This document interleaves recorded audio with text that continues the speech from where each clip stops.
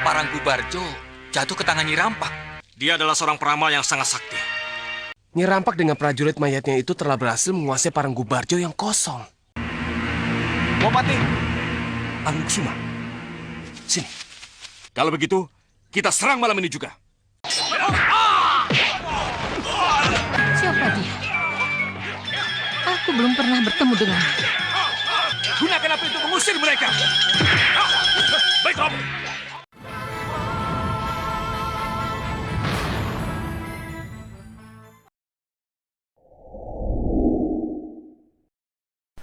Di awal episode ini, kita menuju Nyi Rampak yang pada saat itu masih berada di istana tua Kitoh Sayekti Boponya yang sebelumnya kembali dibangkitkan oleh Grendaseba.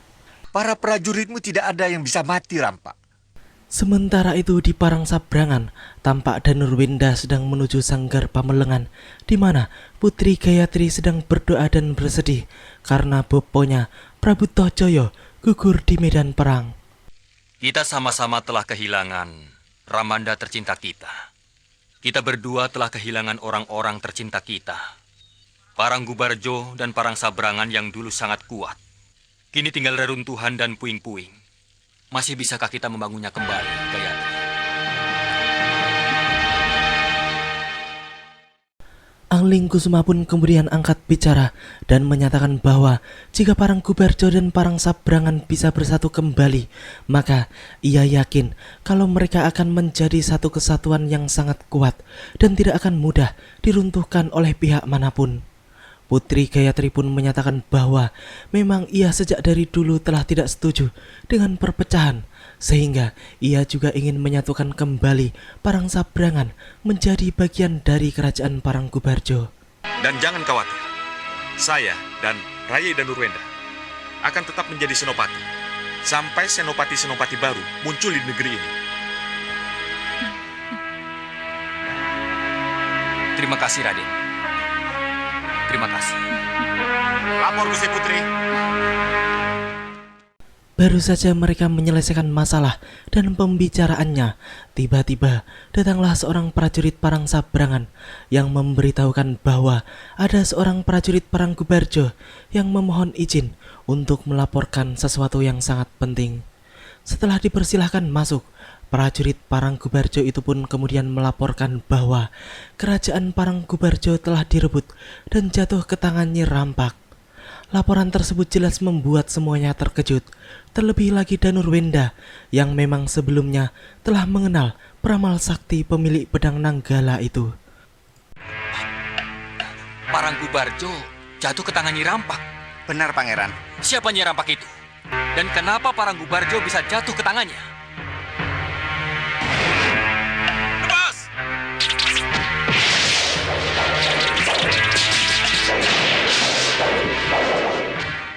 Ya, sedikit cerita bahwa setelah mendapat perintah dari ayahandanya, Nyi Rampak pun segera menuju Paranggu Barjo dan menyerangnya dengan kekuatan penuh. Dan karena Paranggu Barjo sedang kosong, maka Nyi Rampak bisa dengan mudah menundukkannya. Bahkan Patih Parangjobo dan Parangjero yang pada saat itu sedang menjaga Paranggu Barjo pun sampai tak berdaya dibuatnya. Nyi Rampak pun mengaku bahwa ia adalah putri Kitoh Sayekti, musuh bebuyutan Prabu Paranggu Barjo. Ia pun selanjutnya meminta Prabu Paranggu Barjo untuk diserahkan kepadanya. Kenapa ia katakan Ramanda Prabu sebagai musuhnya? Siapa Nyi Rampak itu? Saya kenal siapa Nyi Rampak itu. Dia adalah seorang peramal yang sangat sakti. Danurwenda pun kemudian menjelaskan siapa Nyi Rampak itu karena memang ia pernah berhadapan langsung dengan peramal sakti itu bersama Sudawirat dan mereka tidak dapat menundukkannya karena pusaka pedang Nanggala yang berada di tangannya. Bahkan dirinya dan Sudawirat pun harus diselamatkan oleh Resi Masyura. Kita harus cepat kembali ke Paranggu Barjo. Iya, dan saya ikut Kanda ke Paranggu Barjo. Ya, terima kasih Raden Danurwenda. Alangkah bangga dan bahagianya saya karena dua putra Prabu Angling Dharma sudi membantu kami yang dilanda bahaya. Tapi bagaimana dengan Gayatri? Pergilah Raden, bebaskan Paranggu Barjo dari Nyi Rampak. Kini kita menuju Paranggubarjo yang pada saat itu tampak Patih Batik Madrim dan beberapa prajurit Malwapati sedang mengintai kerajaan Paranggubarjo yang kini telah berpindah tangan itu. Namun mereka pun melihat keanehan karena mereka melihat para prajurit Paranggubarjo tengah ditawan oleh prajurit lain yang terlihat aneh dan pucat pasi seperti mayat hidup. Batik Madrim pun masih kebingungan karena ia belum melihat keberadaan Angling Kusuma yang menurut kabar dari Prabu Angling Dharma sedang berada di Paranggubarjo. Di tengah kebingungan mereka, tiba-tiba seorang prajurit memanggil dan menunjukkan bahwa tidak jauh dari tempat itu juga terdapat remaja Gandhi yang sama-sama sedang mengintai. Batik Madrim pun segera menghampirinya dan terjadilah pembicaraan singkat keduanya yang kemudian remaja Gandhi pun memberitahukan bahwa perang di antara Paranggubarjo dan Parangsabrangan telah usai. Namun kini kerajaan Paranggubarjo telah dikuasai oleh Nyi Rampak dan para pasukan mayatnya. Setelah kerajaan itu ditinggal oleh Angling Kusuma dan Pangeran Paranghasta ke Parangsabrangan guna menyerukan kedamaian. Perang sudah berakhir, Romo. Ketika Pangeran Paranghasta dan Dinda Angling Kusuma pergi ke Parangsabrangan, Nyi Rampak dengan prajurit mayatnya itu telah berhasil menguasai Paranggubarjo yang kosong. Seperti yang Romo lihat sekarang. Iya, Lalu apa yang harus kita lakukan, Romo? yang jelas, kita tidak bisa mencampuri urusan negara lain. Lalu, kenapa Romo sampai ke sini? Yang jelas urusan kita sama. Kita sama-sama mencari Raden dan Nurwenda dan Nanda Angling Kusuma. Sementara itu di dalam kedaton istana Paranggubarjo, tampak Nyi Rampak yang marah-marah kepada Patih Parangjero dan Parangjobo karena mereka dianggap tidak mau memberitahukan tentang keberadaan Prabu Paranggubarjo. Padahal mereka telah mengatakan yang sebenarnya bahwa raja mereka telah tewas di medan pertempuran. Syukurlah, kalian dalam keadaan selamat. Maafkan kami, Wapati. Maafkan kami. Iya, iya. Lalu, siapa dia? Iya, ini Pangeran Paranghasta, putra tunggal Prabu Paranggubarjo. Angling Kusuma pun selanjutnya memperkenalkan Pangeran Paranghasta sebagai putra dan pewaris tahta Paranggubarjo kepada Patih Batik Madrim. Namun sang pangeran pun kemudian mengeluhkan keadaan kerajaannya yang kini telah berpindah tangan. Akan tetapi, pernyataan Patih Batik Madrim pun membuatnya lega karena sang patih menyatakan bahwa ia dan yang lainnya akan bersama-sama membantunya untuk merebut kembali kerajaan Paranggubarjo dari tangan Nyi Rampak. Patih Malwapati itu pun kemudian mengatakan bahwa mereka harus mengetahui terlebih dahulu peta kekuatan musuh dan setelah itu baru mereka akan menyerang. Selanjutnya, tak berselang lama, mereka pun telah mendapat laporan dari para telik sandi tentang peta kekuatan musuh. Lapor, Gusti. Iya. Bagaimana hasil penyelidikanmu? Tidak ada kekuatan lain, kecuali kekuatan Nyi Rampak, Gusti. Lalu, bagaimana dengan Patih Parangjobo dan Patih Parangjero? Menurut informasi yang saya dapat, mereka berada dalam penjara bawah tanah, Pangeran. Mereka menunggu hukuman mati. Lalu, bagaimana dengan para prajurit Paranggubarjo? Sebagian besar di penjara, dan yang lain terbunuh dalam perang. Kalau begitu, kita serang malam ini juga. Setuju. Setuju. Batik Madrim yang mendengar semua itu pun kemudian menyatakan bahwa mereka harus menyerang malam itu juga. Ia pun kemudian menjelaskan tentang strategi dan pembagian tugas di antara mereka, yaitu dirinya dan Pangeran Paranghasta akan menyerang dari depan istana, sedangkan Danurwenda menyerang dari sebelah kanan dan dari sebelah kiri bagian remaja Gandhi. Ya, sebuah strategi perang yang sangat jitu dan handal telah direncanakan oleh patih besar Malwapati tersebut. Maka Pangeran Angling Kusuma harus sudah amblas bumi untuk membebaskan Patih Parangjobo dan Patih Parangjero, serta para prajurit Paranggubarjo dari penjara bawah tanah. Kami mengerti, Wak.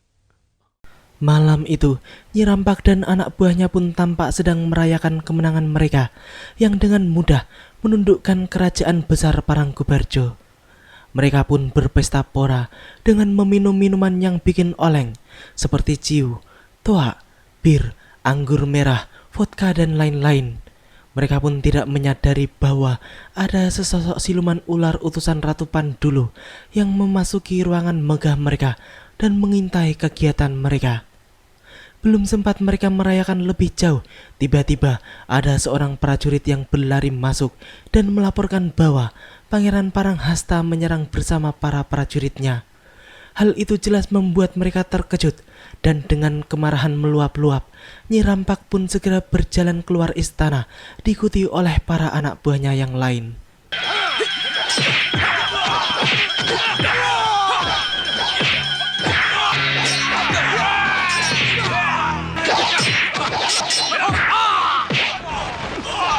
Siapa dia? Aku belum pernah bertemu dengannya. Perhatian Nyi Rampak yang pada saat itu tertuju pada Patih Batik Madrim pun kemudian menjadikannya bertanya-tanya siapa manusia sakti itu sebenarnya. Namun, Rake pengawalnya pun mengatakan bahwa sekuat apapun orang tersebut, ia tetap tidak akan bisa mengalahkan prajurit mayat mereka yang tidak bisa mati itu. Namun, Nyi Rampak pun semakin khawatir melihat kesaktian Batik Madrim tersebut. Belum lagi dua orang tak dikenal yang juga hebat bukan main.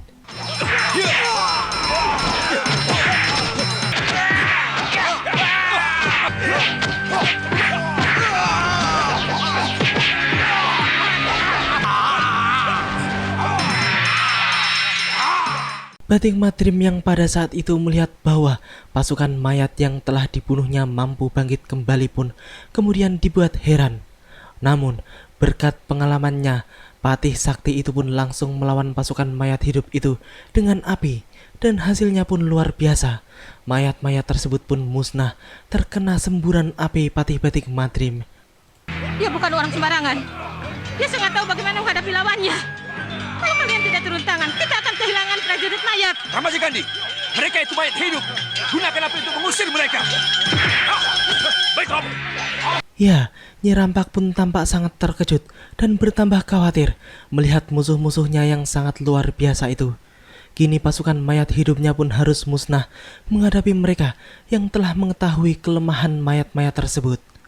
Ramajagandhi, Danurwenda dan Pangeran Paranghasta pun mengeluarkan api untuk melebur pasukan mayat hidup sialan itu, dan mereka semua berhasil memusnahkan semuanya hingga hanya tersisa seekor yang langsung berhadapan dengan Patih Batik Madrim. Kurang aja.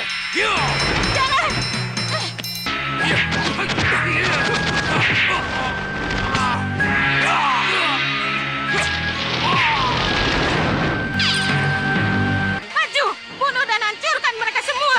Ayo, hancurkan. Jangan bergerak. Ketika mereka akan menyerang, tiba-tiba datanglah Angling Kusuma di waktu yang tepat. Ia pun mengancam untuk menghancurkan Nyi Rampak dan pasukannya jika meneruskan niatnya untuk menyerang. Ya, sesuai perintah dari Batik Madrim bahwa setelah menyelamatkan Patih Parangjero dan Parangjobo dari penjara bawah tanah, maka Angling Kusuma pun harus segera menuju pendopo untuk menghadang Nyi Rampak dan pasukannya. Peramal sakti itu hanya bisa mengumpat melihat tempat itu telah dikepung dengan orang-orang sakti dan pasukan panah lengkap yang siap melepas anak panah mereka. Kamu sudah terkepung, Nyi. Di sini Pangeran Angling Kusuma dan para prajurit yang sudah dibebaskan. Dan di sana, Patih Batik Madrim, Pangeran Paranghasta, para kesatria dan para prajurit pilihan Malopati. Buang. Buang senjata kalian. Kami kalah. Buang senjata kalian. Baik. Melihat semua itu, Nyi Rampak pun dengan terpaksa mengaku kalah dan menyerah. Mereka pun membuang senjata mereka masing-masing tanda menyerah. Selanjutnya, mereka pun pergi dari tempat itu dengan membawa rasa penasaran dan rasa sakit hati yang mendalam atas kekalahan itu. Setelah itu, Batik Madrim pun secara sah menyerahkan kembali kerajaan Paranggubarjo kepada Pangeran Paranghasta sebagai pewaris tahta yang sah. Semoga sesudah hari ini tata tentram Kertaraharja menaungi negeri ini. Hanya dengan restu Wak Patihlah yang akan membuat harapan itu semua menjadi kenyataan. Terima kasih. Terima kasih. Silakan.